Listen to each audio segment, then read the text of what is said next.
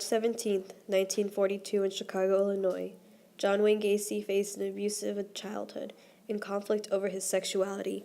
After being convicted of sexual assault in 1968, it was discovered that he had gone on to kill 33 young males, burying most under his home. He was found guilty in 1980 and given multiple death penalties and life sentences. He was executed by lethal injection on May 10th, 1994.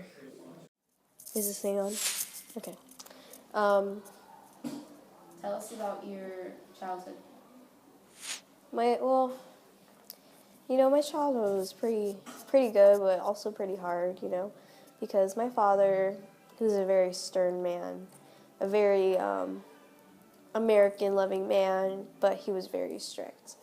As a kid, I've always loved my brothers and sisters, but we got our fair share of being disciplined very well, but John got the worst of it. John always tried to make our dad happy, but he never succeeded in it, no matter how long he tried. That's what John always wanted. He wanted to make his dad proud. As John got older, he didn't like to do things that boys like to do, like go fishing and playing sports. He would rather stay in the house with my mom and I, and we cook, we garden. He liked doing things like that. Dad would get really upset because, he tried really hard to do all these guy things like other people were doing, and he never was good at it. And this made Dad really mad because he wanted a son, and then things got a lot worse when they found out about his heart condition.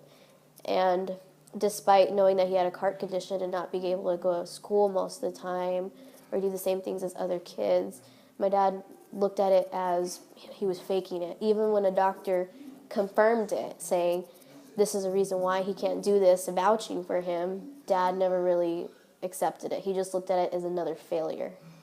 Can you explain how you would be disciplined? Well, there were times when we would sit there at the kitchen table waiting for our dad to come up for dinner. He'd be really wasted. So if we ever did anything wrong, he would hit us with, the belts that you use to shave. He would get hit with those. He would yell, he would get in a lot of fights with our mom in front of us, mostly about the way he raised us. The majority of their fights were about that. And do you believe your father's abusiveness had anything to do with John's interest in murder? Experts say that's what it is. I think John didn't deserve that.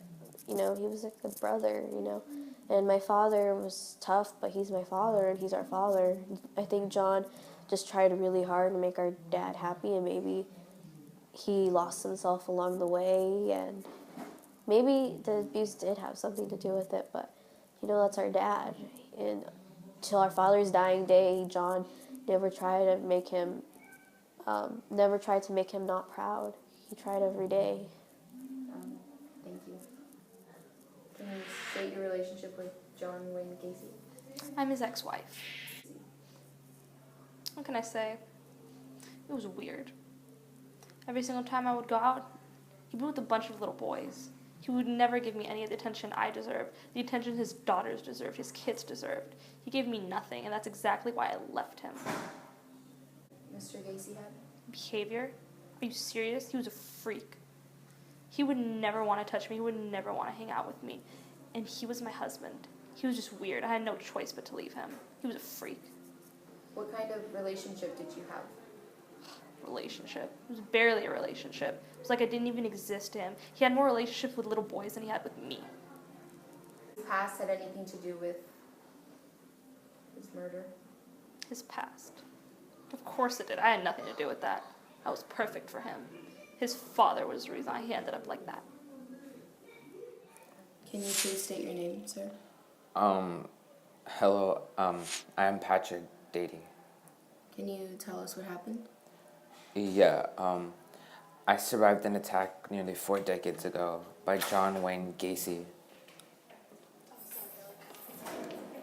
Please explain to us, sir. We understand how hard it is. Take your time.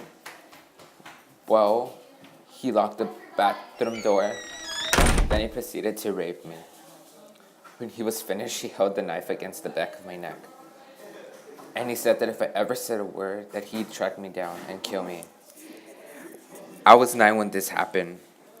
I was so young and ashamed I didn't tell anyone. I saw a picture of him on the news, and I ran to the bar and immediately threw up.